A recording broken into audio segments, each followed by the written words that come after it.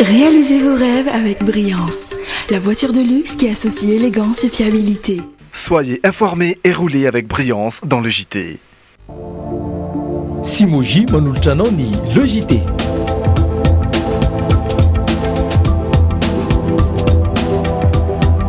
Madagascar Spring Break, 48 heures de beach party non-stop avec 3 DJ internationaux, vous présente le JT. Tennessee Reality, la qualité à petit prix. Ireo fanaka manara-penitra sy amin'ny endry miavaka ao amin'ny Tendance Reality miaraka amin'ny le JT. Pour une formation habilitée, Tesmia. Et le JT vous offre un futur meilleur.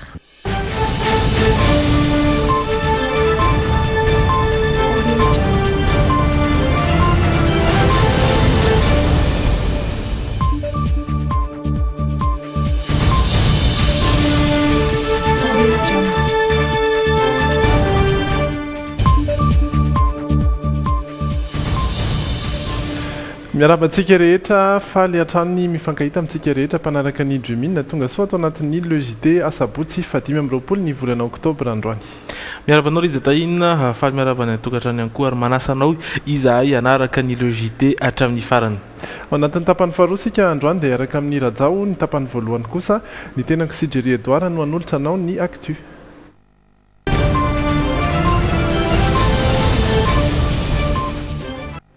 Eo amin'ireo vaovao politika avy hatrany.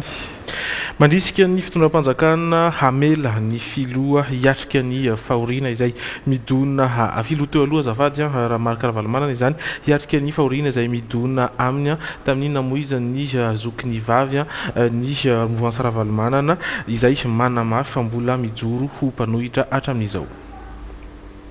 Nandritry ny fanolorana fanampina ho an'ireo ankizy sahirana amin'ny fianarana ao amin'ny magorobo eoriry torakandro io no nanamafisany Bodzizaza Piero fa fiatsika maha-olombelona no tokony hamelana ny filoha teo aloha Ravalomanana hanome voninahitra farany ny zoky ny vavy izay nodimandry ny zoma teo. Omenjareo fahalalany ihany ny président Ravalomanana ivoaka io fa raha tsy mivoaka fadisoan-kevitra lehibe amin'ny eo anatrehany vahoaka malagasy izay nametraka zareo eo ary fadisoan-kevitra lehibe koa eo anatrehan'Andriamanitra. Namafisina ihany koa fa manaiky ny fampiavana amin'ny pirenena izy ireo ary vonona ny handray anjara amin'izany saingy ao anatin'ny vondrona mpanohitra no misy azy ireo araky ny fanambarany filoha teo aloha ihany. Araka ny zaka teo opposition zany tsy midika zavatra amin'ny lafiny ratsy. Jereny koa amin'ny lafiny tsara. Fa opposant fahitako tena zava-dehibe mba ahafahana de mandeha anjara amin'ny fanatsarana le firenetsika. Koza hoe opposant moa ny chef de file milazy dia opposant zay amin'izao fotoana zao. Io arivo dia nisy ny valandresaka ho an'ny mpanao gazety ny tanterahan'ny Lalao Ravalomanana teny amin'ny hôtel La Verdure teny Yavlo. Mbola andrasana moa izay valin'izay valandresaka izay ny fotoana izay valandresaka izay zatainy. Fa resaka politika ihany isika ary atao hoe mouvance hafa ihany eo amin'ny antenne miram-pirenena sy ny CST teo aloha. Magataka ny handravana ny antenne miram-pirenena ireo mpikambana ao amin'ny ACS misy ireo CST sy loolona teo aloha ny mikevitra amin'izany ny solombavambahoaka mapara Naivo Raoldina ary nilaza fa havonina ny hiatrika izany antony ity fandravana ny antenne miram-pirenena ity ny mba azony ny fitondrana fa marina antoerana. Efa ho manodidina 7 volana izao ny gouvernement no tafatsangana nefa tsy hita ny vokatra ny asan'izy ireo hatramin'izao. Araha ny fanazavan'ireo mpikambana CST teo aloha sy loolona ny fandriampahalemana ny fiarahamonina ny toekarena dia tsy misy mandeha amin'ny laony avokoa raha ny fanazavan'izy ireo. Ohatra amin'izany ny fiparitahan'ny basy ka mihabetsaka ny fanafihan-jolahy. Manampitrotraka izany ny fahatapahan-jiro lava. Tokony horavana io gouvernement io raha ny fanazavan'izy ireo na ampiatony ny solombavambahoaka amin'ny asany. Ny olana nefa dia mbola tsy mitovy hevitra ny eny amin'ny antenne miram-pirenena amin'ny anaovana latsabato fitsipaham-pitokisana na motion de censure ny gouvernement. Efa nisy raha teo ireo solombavambahoaka nanao fanambarana fa rehefa natao ny fanangonana soni ka nahatratra zato mahery ny nanaiky ny tsy anaovana ny motion de censure fa olana hafa indray zany no atolotra ity fikambanana ity. Manome vahaolana ny ACS manana andraikitra ihany koa ny filoham-pirenena afaka mandrava ny antenne miram-pirenena. satria everina fa ray tsy kombakomba amin'ny gouvernemanta tsy mahavita azy ny solombavambahoaka raha ohatra ka mbola mitazona an'io gouvernemanta io. Na mafisin'ny Naivy Raholdinina solombavambahoaka mapara fa tokony roso amin'ny fandravana ny antemeram-pirenena ny filohan'ny Repoblika rehefa tsy hanatanteraka ny motion de censure na ny latsabato fitsim-pahapitokisana ny solombavambahoaka. Ho azy dia na ny gouvernemanta na ny solombavambahoaka ankehitriny dia efa tsy azo anteherana avokoa ary ny vola raha ny nambarany no manjaka eny amin'ny antemeram-pirenena ankehitriny. Tokony ho avana ny antemeram-pirenena satria sady mamitaka filoha era-jonagna mampianana izay nitohananay no mamitaka ny vahoaka ny sity azy no famitaka lavy eto voalaza ny raha ny filoham-pirenena ny antemeram-pirenena dia anatin'ny volana dia atao ny fifidianany karaha zay no mahatsara ny tia tsofokorano mihitsy dia matoa filoha ny filoham-pirenena ny fidianana ny filoha era-jonagna mampianana ny anatanteraka ny atetam-bahoaka ao anatin'ny 5 taona. Ampamary toerana ny fitondrana ny fandravana ny antemeram-pirenena sy ny firosoana amin'ny fifidianana raha tahiny ka maro anisy ny solombavambahoaka avy amin'ny antokon'ny filoham-pirenena sy ireo mpomba azy no lany. Ampalemy azy indray anefa ny fanaovana izany raha ny mpanohatra no maro anisy raha tsy laza afa-tsy ny tsy maintsy aneken'ny filoha ny prime ministre izay ho atolotry ny mpanohitra. Antan'izay nefa dia fa matsimbola avy amin'ireo mpiara-miombonantoka avy any ivelany no nanaovana ny fifidianana solombavambahoaka ka vonona amin'ny famatsiana fifidianana vaovao indray ve izy ireo raha iroso aminy izany fifidianana solombavambahoaka izany. Raha tsy izay no zava-mitranga dia manana teti-bola ho aminy izay fifidianana izay ve ny fanjakana. Izay ny vaovao politika efa miaraka ihany sika Jerry vadika kely eo amin'ny resaka trangam-piarahamonina. Nisy nakankeriny teny Matonia ny zoma hariva teo ny teratany karana iray fantatra amin'ny anarana hoe Navaz Molo mpandraraha no asany. Olona miisa enina izay nirongo fitaovam-piadiana toa ny Kalashnikov no nanatanteraka izany sy tsy mbola nisy aloha ny fangatahana vola ho atao takalonaina amin'ity teratany karana. Mila mindratsy ny tanàna eto Mato ny Soavimasoandro teto amin'ity toeranty nefa no nitrangan'ny fakana ankeriny any Navaz Molo avy amin'ny fikambanana Koja ny zoma hariva tokony tamin'ny fitora teo tsy mbola nangataka vola ho takalonaina ireo paka ankeriny atreto. Olona miisa enina nanao fanamiana mpitandro ny filaminana sy ny saritava ary nirongo Kalashnikov no nanatanteraka ny Irak. Fiara R9 no nentin'izy ireo tamin'izany teo anoloan'ny tranon'ilay teratany karana no nanomboka ny fanenjehana.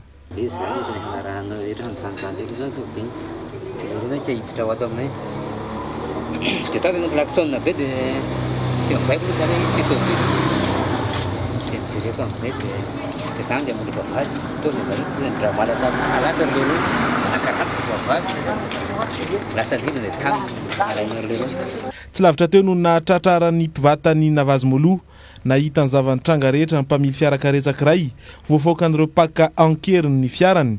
Nanambara izy ireo fampitandro ny filaminana nanao fisamborana ilay karana nasain'izy ireo nanaraka azy mihitsy azy ilay taksi fandamina any amin'ny Brao tamin'ilay fampikasoana saingy tsy naharaka ny mpamily tao aloha tao. Nandeha mafy ilay fiara Lexus an'ilay karana sy ilay R9 tany Ambomanga kely no nahitana io fiara io. Ilay Lexus kosa teny Ambodimita akaiky ny Ronakoho no hita. Afaka teo amin'ny 5 minutes 30 minutes ny téléphone dia anareo hoe rehefa ty Ambodimita ny tôbily anareo. Le tu l'as en téléphone? Téléphone zareo tato.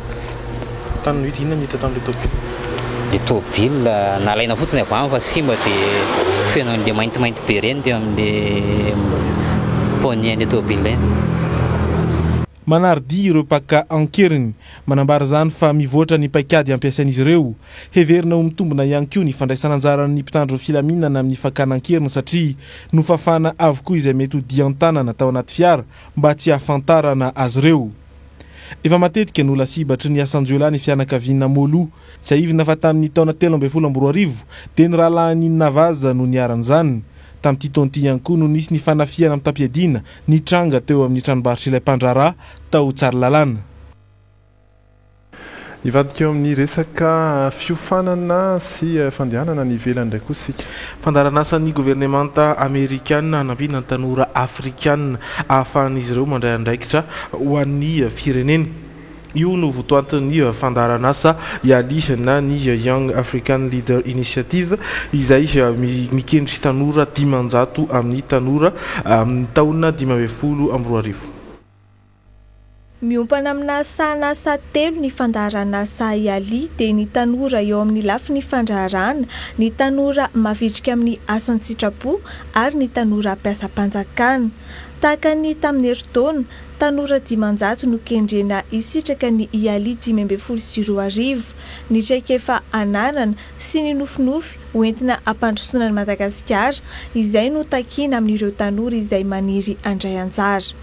Ny fandaharan'asa ialy Young African Leaders Initiative izay andraisanay anjara zany misy an'ity hoe Mandela Washington Fellowship ty dia fandaharan'asa ny gouvernement américaine izay tarihan'ny président Obama anampiana ireo tanora afrikana ahafahan'izy ireo mandray andraikitra ho an'ny fireneny. Ankoatra ny fiofanana mandritra ny 9 herinandro amina université sokajiana ho tsara indrindra any États-Unis, isy ihany koa ny fionan'ireo tanora voafantana amin'ny filoha Obama sy ny tompon'andraikitra ambony ao amin'ny fitondram-panjakana Amerikana.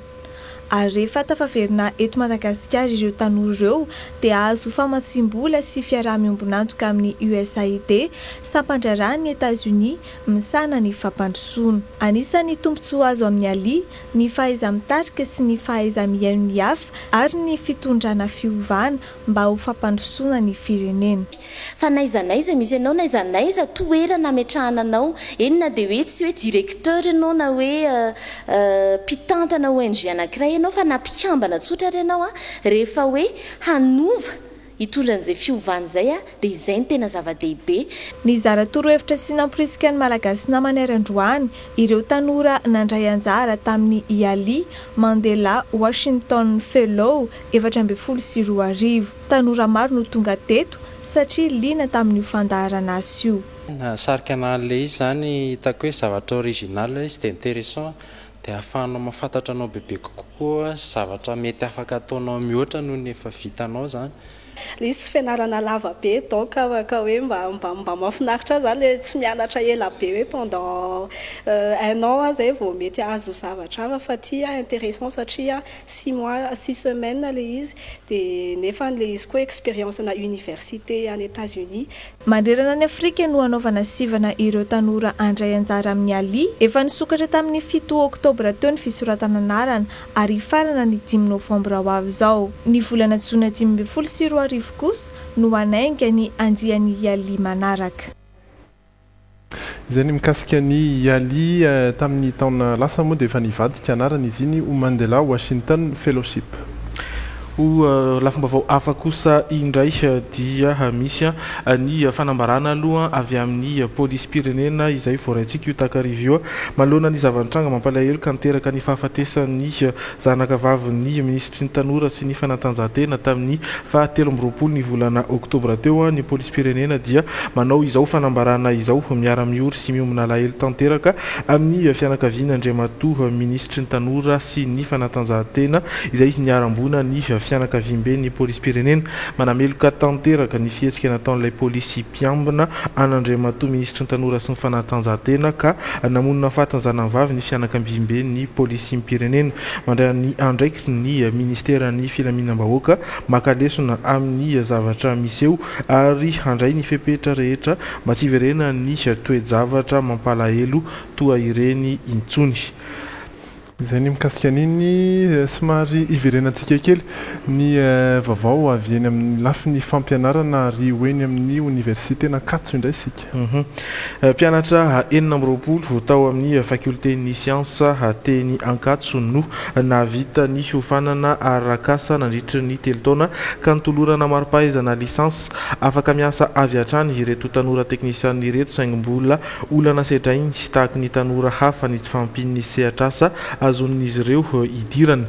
Misy karazantelo ny lalam-piofanana rahan'izy ireo dia ny harena an-kibon-tany sy ny tontolo iainana, ny hay momba ny rano sy ny tany ary ny hay tao-trano sy ny tao-java-baventy.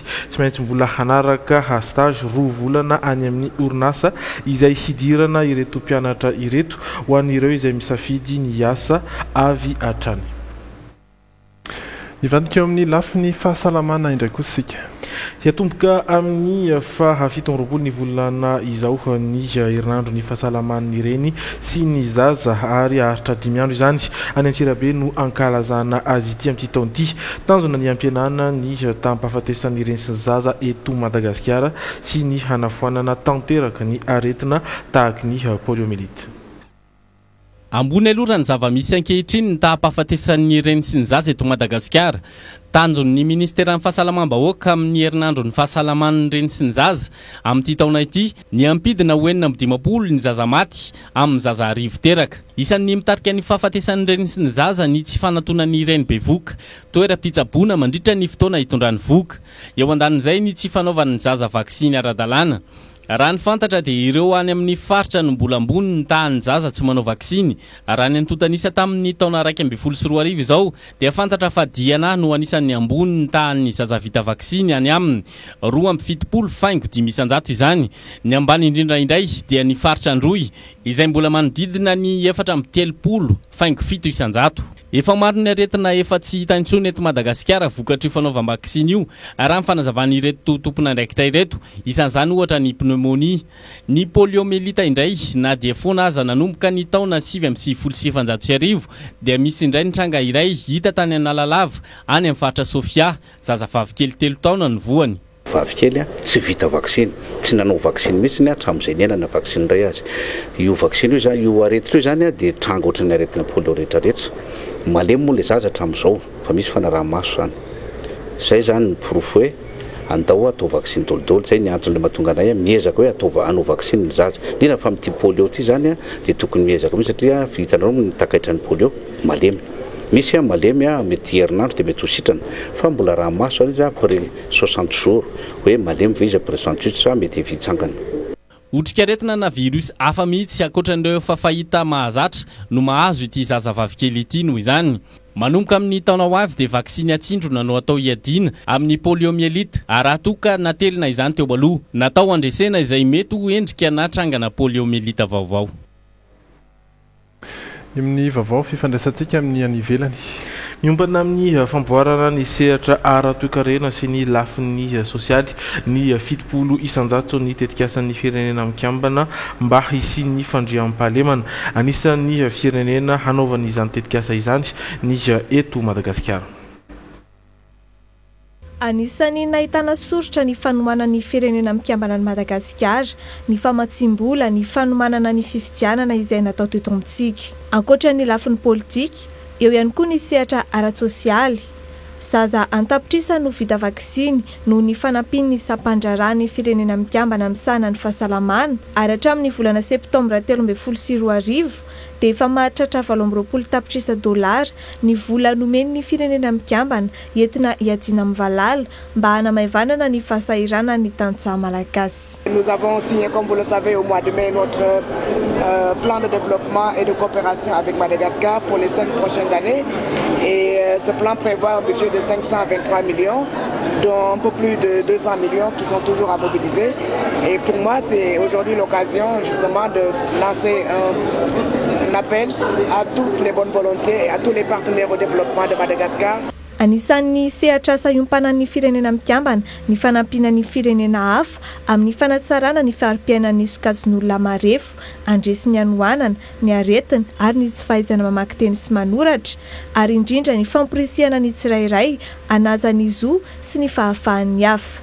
Nanomboka ny taona 1970 fotoana nazon'ny Madagasikara ny fahaleovantenany no nidirany tao anatin'ny firenena mikambana. Miresaka ny firenena mikambana isika dia resaka avy hatrany ny vaovao avy any ivelany. Olona roa indray no namoy ny ainy tany Etazonia tao amina lycée iray tao Seattle vokatry ny fampiasana basy ihany koa ity famoizana aina ity mpianatra iray no nitifitra tao am-pianarana.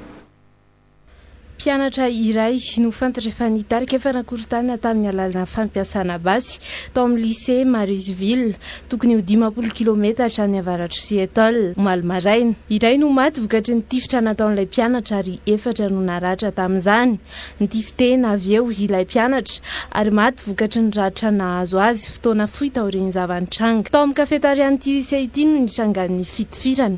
Voaterina avoaka avokoa ireo mpianatra noho izay. efa nyzanonay niaraka tamin'ny mpitandro filamenana avokoa ny toeram-pianarana hatrany anatiny sy ny tety ivelany mbola iverenanay atao ny fisafona sy ny fanamarinana ny toerana rehetra hoy ny iray tamin'ny lehiben'ireo polisy tany an-toerana mbola fempitandro filaminana ny aodiaody eraky ny lycée na dia efa tafavoaka ivelany sekoly azy ireo mpianatra fiangonana tsy dia lavitra ny toeram-pianarana no nasiana azy ireo mialohana nateran'ny fiarabe azy tany an-trano tsirairay tsy nitifitifitra fahatany ity tovolahy ity raha navanina izao loza izao araka ny fijoroana vavolombelona nataony iray tamin'ireo mpianatra namany ihany no nokendreny manokana tamin'izany taona voalohany tao amin'ity lycée ity ilay mpianatra ary azo lazaina ho mamihotitra tamin'ireo namany ihany izy 17 taona izy no nahavita izao famonoana izao